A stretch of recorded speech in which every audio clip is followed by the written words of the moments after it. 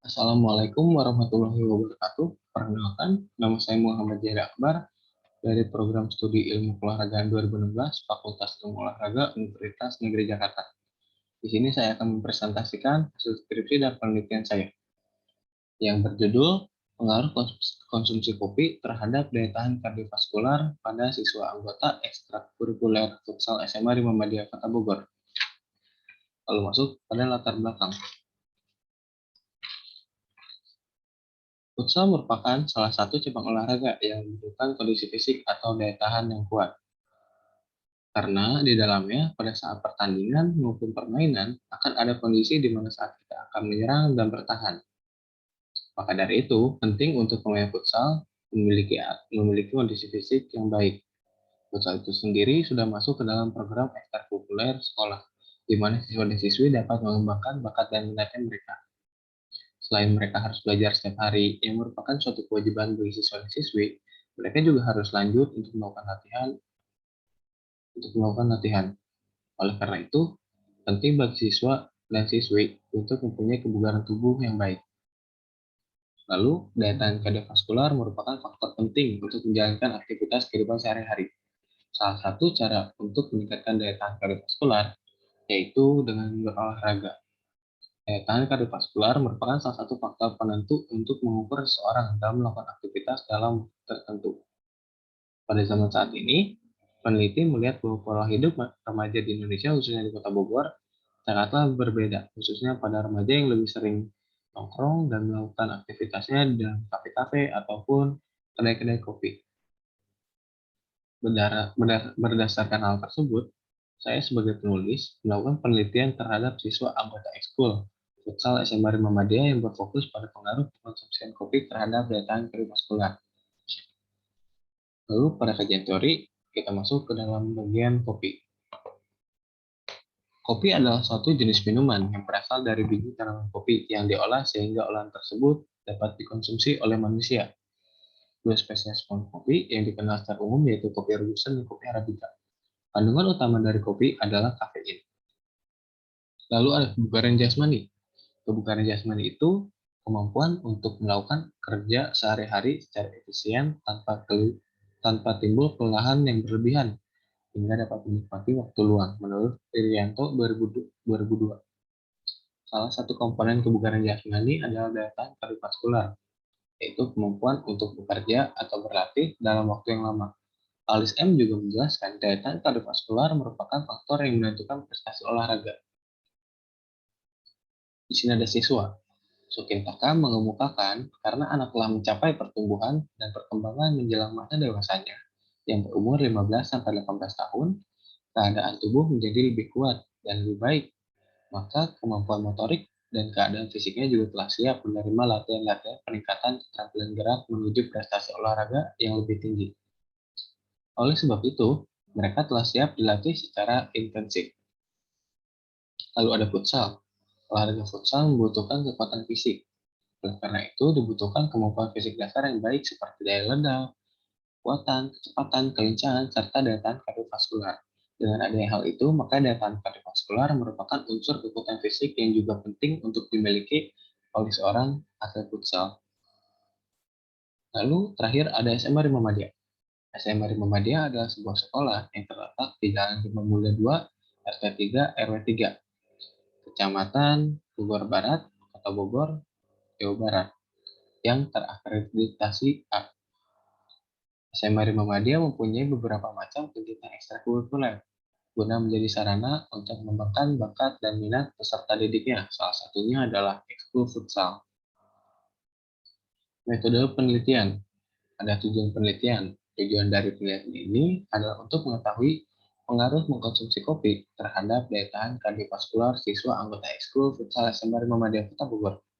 Waktu dan tempatnya di SB Futsal dan Wedding Hall Gunung Batu, Kota Bogor. Waktu pengambilan data pada penelitian ini dimulai pada bulan Juni 2021. Metode penelitian yang digunakan dalam penelitian ini adalah metode eksperimental yang digunakan untuk mengetahui pengaruh perlakuan terhadap hasil yang kemudian akan diklasifikasikan menurut norma dari daya tahan kardiovaskular. Populasi dan sampelnya, teknik pengambilan sampel dalam penelitian ini adalah total sampling. Alasan mengambil total sampling karena menurut Sugiono, apabila jumlah populasi yang kurang dari 100, maka seluruh populasi dijadikan sampel penelitian semuanya. Sampel dalam penelitian ini berjumlah 23 orang. 23 orang sama seperti jumlah populasi. Lalu pada teknik pengumpulan data ada beberapa step. Yang pertama, subjek penelitian melakukan tes awal dengan menggunakan blood test. Kemudian hasil tes akan dicatat oleh peneliti. 2. Subjek penelitian akan diberikan 3 hari istirahat guna mengembangkan kebugarannya. 3. Setelah 3 hari beristirahat, peserta kembali melakukan tes. 4. 50 menit sebelum melakukan tes, peserta akan meminum secangkir kopi. 5. Takaran kopi yang diberikan adalah 80 gram kopi robusta dengan perbandingan 1:18 berdasarkan Specialty Coffee Association of America 2015. 6. Setelah mengkonsumsi kopi, subjek penelitian melakukan tes akhir menggunakan cara yang sama yaitu blood test. Kemudian hasil dari tes dicatat oleh peneliti. Instrumennya yaitu alat 1. Formulir hasil blood test. 2. Alat pemutar lagu. 3. Alat tulis. 4. Marker. Bahannya 1. Kopi robusta 80 gram dan air mineral. Hasil tes awal sebelum mengkonsumsi kopi. Didapat nilai terendah yaitu 31,8 dan nilai tertinggi 49,3. Nilai rata-ratanya sebelum mengkonsumsi kopi didapatkan nilai sebesar 38,86. Untuk lebih menggambarkan keadaan tes awal, dapat dilihat pada tabel sebagai berikut. Pada kategori kurang sekali, didapatkan nilai kurang dari 35 sebanyak 5 siswa. Lalu pada kategori kurang, pada rentang 35 sampai 38,3 didapatkan 8 siswa. Lalu pada kategori cukup, pada rentang 38,4 sampai 45,1 didapatkan 6 siswa. Lalu pada kategori baik, pada rentang 45,2 sampai 50,9 didapatkan 4 siswa. Lalu pada kategori baik sekali, pada rentang 51,0 dan 55,9 itu tidak ada siswa yang berada di dalam kategori tersebut. Lalu pada kategori istimewa, lebih dari 55,9 itu tidak ada siswa yang berada dalam kategori tersebut. Hasil tes akhir sesudah mengkonsumsi kopi diperoleh nilai terendah yaitu 34,3 dan nilai tertinggi 52,5.